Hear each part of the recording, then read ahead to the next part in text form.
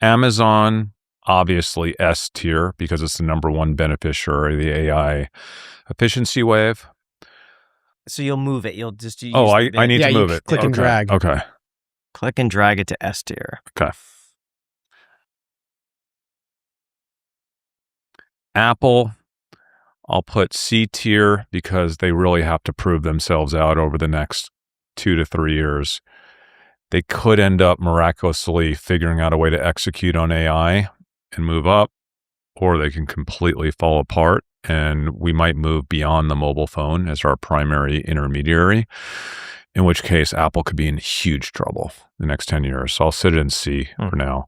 Bloom Energy has to be S tier. It is the absolute quickest way for any data center to go live with energy. It's been my #1 pick for the last year, more or less. GameStop, F tier. I don't understand GameStop at all. It annoys me. I just don't understand it. They've underperformed the market for the last few years. They haven't really done anything. I don't think this eBay thing is going to work out for them. So sorry, guys. I know there's going to be a lot of meme people that will hate me, but F tier. Bitcoin, I'm going to put it in B tier because I do think as long as no one's able to crack Bitcoin and it remains this safe asset that you don't have to worry about losing, we have $100 trillion of wealth transfer over the next 20 years. And for every one gold bug, there's like 10,000 kids that believe in Bitcoin. I say kids in their 20s now, right? And I think we have a massive tailwind of everyone wanting to have 1% or 2% of their portfolio in Bitcoin. Or Graham, you're probably like mid to upper single digits now, right? 12. Damn, that is a lot, dude. Too much? How can you sit here and tell me that you're conservative with this and diversified and have 12%? It's a barbell because I have way more than that in tax-free muni bonds and treasuries. Yeah, but there's tail risk that Bitcoin theoretically could go down a lot in a theoretical situation with the security stuff. To have 12%, that's like having 12% in one stock that has a high beta to it, a very high beta to it. I think that's really risky, dude. I don't like that. I didn't realize when I saw your portfolio, can I downgrade you to like a 5.5? You're back down to a 5.5. But it could also double. Could, but I don't like it. 5.5. 8, 5.5. How much would you trim it down to if it's at 12 right now? 5. 5%? I like what he says, where it's like every single day you wake up, you're choosing to buy this amount, 12% of your portfolio Bitcoin instead of other things that. Dude, I think 12 is that much. Dude, let me tell you something. Like, I hang out with some of the biggest crypto guys, and they still have huge crypto positions, but they've all been diversifying into deep tech the last 18 months. Like some of the biggest crypto guys in the world are all diversifying into deep tech, AI, robotics. That's a lot for a guy like you to have in Bitcoin. That just feels like a lot, man. I'm just being honest. But you do you. Sure. NVIDIA, I know they're controversial, but I still think they're going to be fine for a few years. And you know, Jensen's an animal. You got to put them S tier all the way up. S tier. Hood, same thing. I'm just going S tier now. Hood, come on. I think Hood will be the largest financial institution in the world at some point in the next 20 years. I think Vlad's one of the most ambitious CEOs in the world. I think he'll ask for forgiveness later. You know, Hood had a little bit of a dip here because crypto had a dip. But the fact that Robinhood did so well on earnings with that insane hit to the crypto part of their business tells you all you need to know. Even if crypto never really comes back, Robinhood's going to be okay. If crypto comes back at all, dude, I will be pouring into Robinhood with leverage. Like that's the first thing I will do if crypto comes back. You got Sweet Green on here. Yep, just for you. Right now, I'm going to put them on B tier because it's still not convincing that this wrap is going to be a grand slam, but it's more likely than not that it will be a winner. I'm putting it A tier, moving up to A tier. That could change. Like, I study the social media every day. So every night I read every comment on every TikTok video of a sweet green wrap. So if I start to see things flatten out or see the hype die or see it reverse, I will immediately exit my sweet green position, just for the record. Oh, MicroStrategy, F tier. These levered funds in something as volatile as Bitcoin, I'm not even going to get into it. I hate it. I hate it so much. F tier.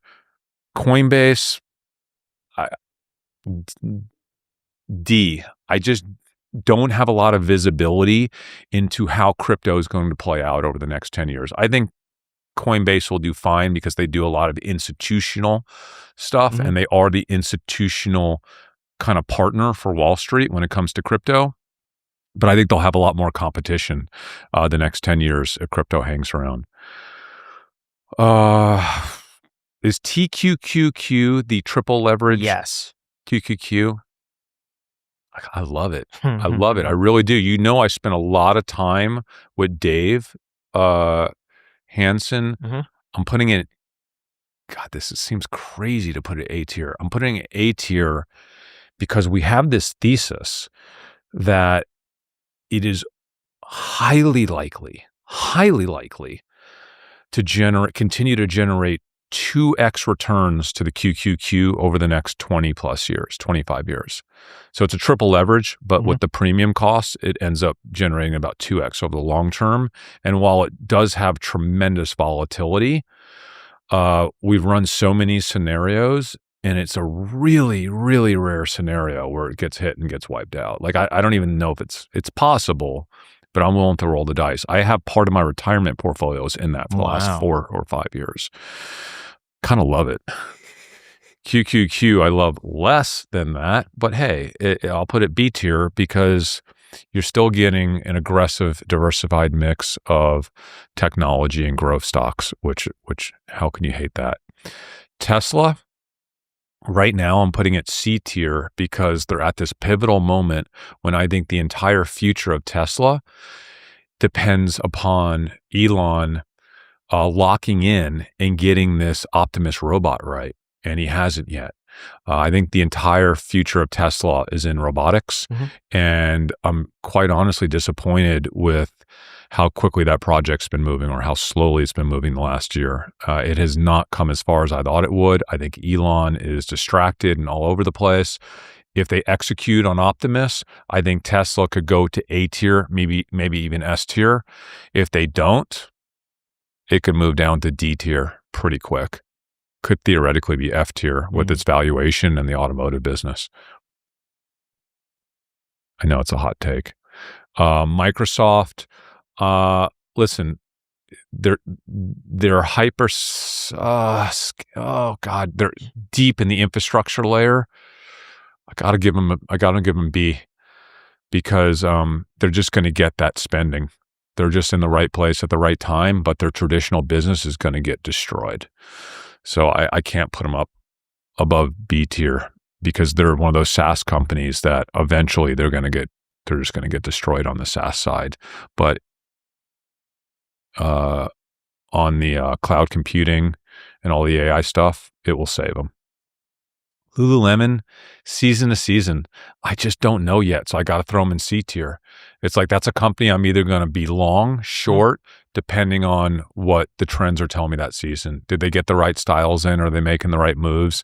Are they back in favor? They got to continue to go down the right road with men and young people. And right now they're just kind of, on the flux. VU, kind of same thing. I mean, it's just like, I'll give them B tier, kind of what QQQ. SanDisk, right place, right time, A tier. Your memory company, you got tailwinds unlike I've ever seen. People think that whole market's going to fall apart. They think there's going to be, new tech, not in the next 24 months. So for now, they're A tier. Meta, I'm going to put them A tier for one reason and one reason only. Meta has so many expenses that they're going to erase the next 2 years as part of this AI efficiency wave. Not as many as Amazon, but Meta has, I think, 20 to 30,000 people who basically just read post for safety and curation. I mean, they're gone. I think that's a few $1 billion a year in savings right there. But Meta has massive efficiencies they will bring into the ad market as long as Instagram remains like one of the world's primary social destinations. Meta will make a lot more money with a much lower cost structure over the next few years. And that targeting with AI is going to get insanely good. ExxonMobil, energy is where it's at right now. But I don't know that much about Exxon, so I'm just going to put them in B tier. But you're in the energy industry, you're in a really good place right now. Palantir, it's really hard. Palantir was one of the biggest trades I've had the last few years. I'm currently out of Palantir because I think the world finally has come to appreciate all the great things about Palantir. And I think the future will be good, but can they, is it good enough to satisfy their valuation? I just don't know. I'm going to put them as in B. Okay. What is it? Swatch Group. We'll do C. Okay. If Swatch actually executes on the Croc strategy, and I think they can, because AP is like an insane brand. Yes. If they now take that collaboration and show the world that they can actually operate it, because this weekend did not go well for them, and get like a few dozen other collaborations over the next 3 to 5 years, they could move up. But if not, I think they die. So that's why they're dead in the middle at C. Now, really quick, every business is asking themselves the same question. How do we make AI work for us? The possibilities are limitless, but guessing is too risky, and sitting on the sidelines is not an option, because one thing is certain. If you're not doing it, your competitors are already making their move. And that's where our sponsor NetSuite by Oracle comes in. It's the #1 AI cloud ERP, trusted by over 43,000 businesses to manage everything from financials and inventory to commerce, HR, and CRM, all in one unified system. When all of your data is in one place, your AI becomes a lot smarter. It doesn't just guess. It knows. NetSuite intelligently automates routine tasks, delivers real-time insights, and helps you make fast, confident decisions that actually help drive growth. And it's not just an add-on, it's AI that's literally built right into the system that runs your business, helping you cut costs, improve accuracy, and stay ahead of the competition. Whether your company is making millions or even hundreds of millions, NetSuite gives you visibility and control to keep moving forward. Honestly, if I were building a business of this size, NetSuite's the only company that I have 100% confidence in. So if your revenues are at least in the 7 figures, get our completely free business guide, Demystifying AI, at netsuite.com/clips. Again, the guide is free for you at netsuite.com/clips, netsuite.com/clips, with the link down below in the description.